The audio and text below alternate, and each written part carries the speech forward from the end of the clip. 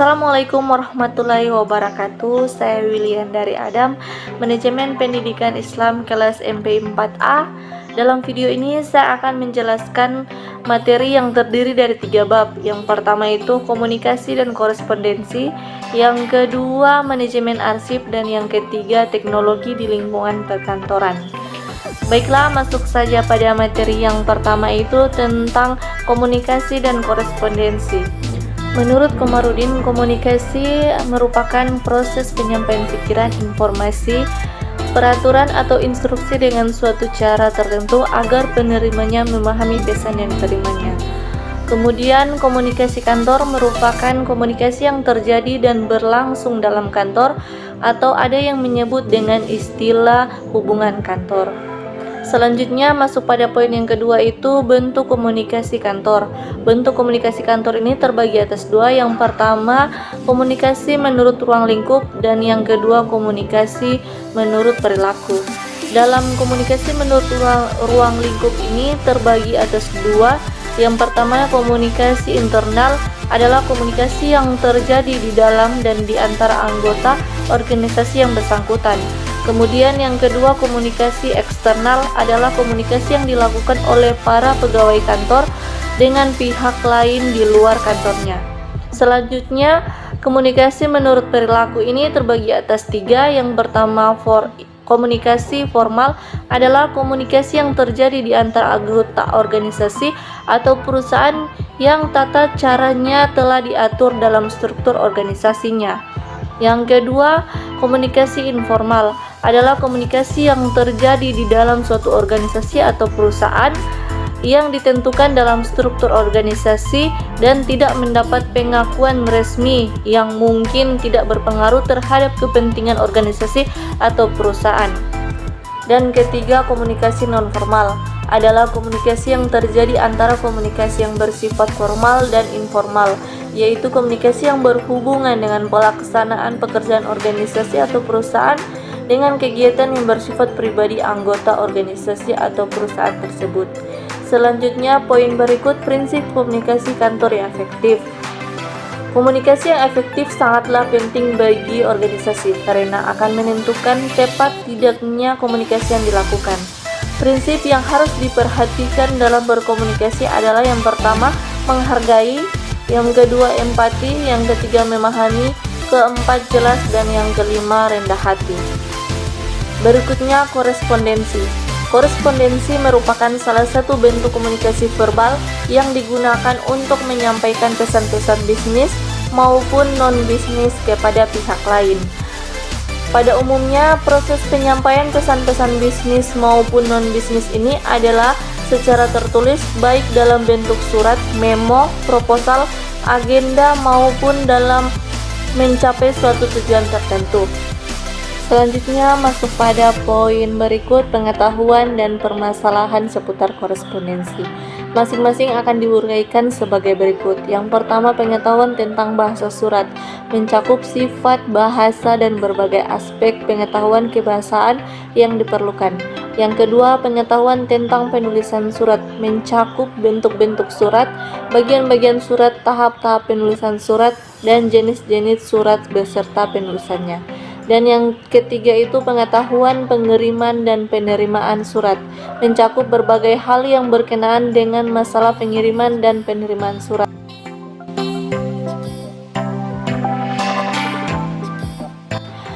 Selanjutnya tentang manajemen arsip. Masuk pada poin yang pertama, itu pengertian arsip dan kearsipan. Pengertian arsip sebagaimana dirumuskan dalam Undang-Undang Nomor 7 Tahun 1971 tentang ketentuan-ketentuan pokok kearsipan.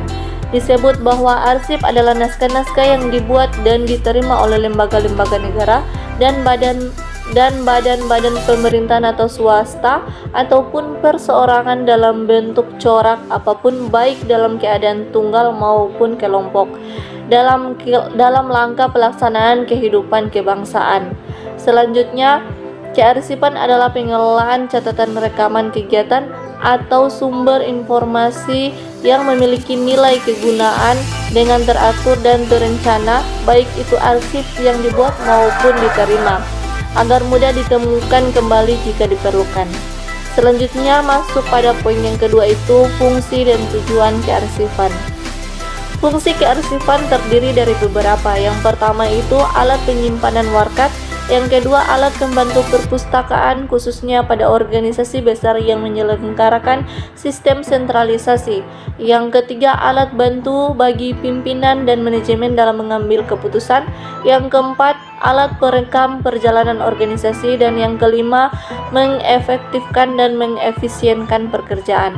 Selanjutnya, kearsifan memiliki tujuan. Yang pertama itu menghimpun informasi, yang kedua mencatat dan mengklasifikasikan informasi, yang ketiga mengelola informasi, dan yang keempat menyimpan dan mengambil kembali informasi dari tempat penyimpanan, mendistribusikan informasi. Selanjutnya pada poin ketiga, jenis-jenis arsip. Jenis-jenis arsip terbagi atas 3 jenis, yaitu yang pertama berdasarkan fungsi, yang kedua berdasarkan tingkat pengelolaannya, dan yang ketiga berdasarkan keahliannya. Selanjutnya masuk pada asas dan siklus pengelolaan arsip. Asas-asas tersebut terbagi atas 3. Yang pertama, asas sentralisasi adalah penyelenggaraan penanganan arsip dilakukan dengan cara dipusatkan ke satu unit yang khusus menangani tentang arsip. Yang kedua, asas desentralisasi adalah cara penanganan arsip dengan disebarkan, didelegasikan, ditempahkan ke masing-masing unit yang ada dalam organisasi. Dan yang ketiga, asas gabungan adalah penyelenggaraan kearsipan dengan memadukan kebiasaan asas sentralisasi dan asas desentralisasi. Selanjutnya, penyimpanan arsip. Penyimpanan arsip sama dengan penyimpanan berkas, adalah mengatur, menyusun sehingga membentuk berkas sesuai dengan tipe dan kegunaan arsip bagi kepentingan pekerjaan. Dalam pemberkasan ini termasuk di dalamnya mempersiapkan kelengkapan atau sarana serta penempatan berkas pada tempat penyimpanan. Selanjutnya masuk pada poin berikut tentang tugas bagian arsip dan masalah dalam pengelolaan arsip. Secara umum, tugas pokok unit kearsipan terbagi atas beberapa. Yang pertama itu menerima warkat, yang kedua mencatat warkat, yang ketiga mendistribusikan warkat, dan yang keempat menyimpan, menata, dan menemukan kembali arsip dengan sistem tertentu.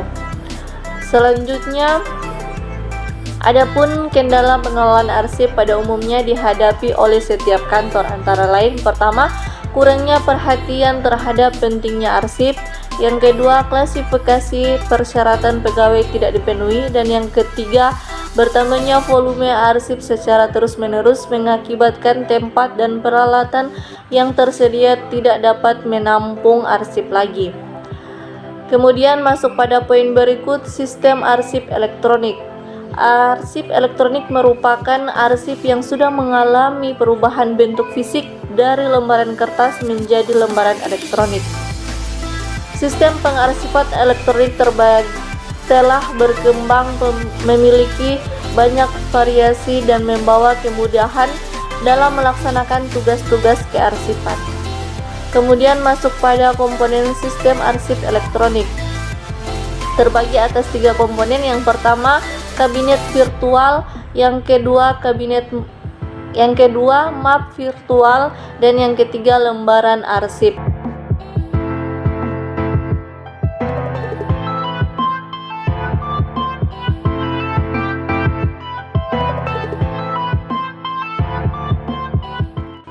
Selanjutnya tentang teknologi di lingkungan perkantoran. Teknologi di lingkungan perkantoran ini terbagi atas beberapa subbagian. Yang pertama itu tentang pengertian teknologi. Teknologi berasal dari bahasa Perancis yang dapat diartikan sebagai semua proses yang dilaksanakan dalam upaya mewujudkan sesuatu secara rasional. Dalam hal ini yang dimaksud dengan sesuatu dapat berupa benda atau konsep, sedangkan secara rasional maksudnya dapat dipahami. Kemudian masuk pada poin yang kedua, teknologi komputer. Teknologi merupakan suatu kebutuhan yang sangat penting dalam era teknologi saat ini. Perkembangan teknologi komputer pada saat ini sangatlah penting bagi dunia jasa layanan publik, perindustrian, perkantoran, pendidikan, teknik, dan dunia perdagangan. Menurut Blismer menyatakan bahwa teknologi komputer adalah suatu alat elektronik yang mampu melakukan beberapa tugas seperti menerima input, memproses input tadi sesuai dengan programnya, menyimpan perintah-perintah dari hasil dan pengelolaan, dan menyediakan output dalam bentuk informasi. Selanjutnya pada materi berikut, teknologi informasi dan komunikasi. Teknologi informasi dan komunikasi merupakan suatu program untuk alat bantu manipulasi dan menyampaikan informasi. Teknologi informasi dan komunikasi adalah payung besar terminologi yang mencakup seluruh peralatan teknis untuk memproses dan menyampaikan informasi. Selanjutnya masuk pada otomatisasi kantor. Otomatisasi kantor adalah semua sistem informasi formal dan informal, terutama yang berkaitan dengan komunikasi informasi kepada orang lain yang berbeda di dalam maupun di luar perusahaan. Otomatisasi kantor digunakan oleh semua orang yang bekerja di dalam kantor. Pada dasarnya ada 4 kategori pemakai otomatisasi kantor. Yang pertama itu manajer, yaitu orang yang bertanggung jawab mengelola sumber daya perusahaan, terutama sumber daya manusia. Yang kedua itu profesional, yaitu tidak mengelola orang tetapi menyumbang keahlian khususnya, misalnya pembeli dan asisten staf khusus. Yang ketiga, sekretaris, biasanya ditugaskan pada pekerja terdidik tertentu untuk melakukan berbagai tugas untuk menangani korespondensi, menjawab telepon, dan mengatur jadwal pertemuan. Dan yang terakhir itu pegawai administratif, melaksanakan tugas-tugas untuk sekretaris seperti mengoperasikan mesin fotokopi, mesin dokumen, menyimpan dokumen, dan mengirim surat. Selanjutnya masuk pada poin berikut, kantor virtual, di mana kantor virtual ini adalah ruang kerja yang berlokasi di internet, di mana seorang individu dapat menyelesaikan tugas-tugas yang diperlukan untuk melaksanakan bisnis profesional atau pribadi tanpa memiliki fisik lokasi usaha. Selanjutnya masuk pada poin berikut, pengaruh teknologi terhadap lingkungan perkantoran. Dalam memperkirakan pengaruh teknologi informasi terhadap perkantoran, ada beberapa perspektif yang perlu dipertimbangkan. Yang pertama itu implikasi umum, dan yang kedua implikasi terhadap karyawan kantor. Dalam implikasi umum ini meliputi investasi di bidang teknologi mungkin akan menimbulkan persoalan seperti kebosanan, keterampilan berulang yang digunakan, serta kehilangan kepuasan kerja. Yang kedua, pekerjaan perkantoran akan banyak mengalami perubahan. Dan yang ketiga, pekerjaan yang bersifat rutin. Dan poin yang kedua itu tentang aplikasi terhadap pekerjaan kantor, meliputi keuntungan dan kerugian. Selanjutnya masuk pada poin terakhir itu tentang aplikasi teknologi informasi pada manajemen perkantoran. Dengan adanya kemajuan teknologi, ternyata teknologi informasi mempunyai pengaruh yang besar terhadap pekerjaan kantor. Pekerjaan kantor menjadi lebih mudah dan cepat. Sebagaimana aplikasi teknologi informasi dapat mencakup beberapa pekerjaan kantor, antara lain yang pertama, penanganan surat dan pembuatan laporan. Yang kedua, komunikasi perkantoran, dan yang ketiga, pengiriman surat. Itulah hasil presentasi saya. Jika ada salah-salah kata, mohon dimaafkan. Saya akhiri video ini dengan mengucapkan terima kasih. Assalamualaikum warahmatullahi wabarakatuh.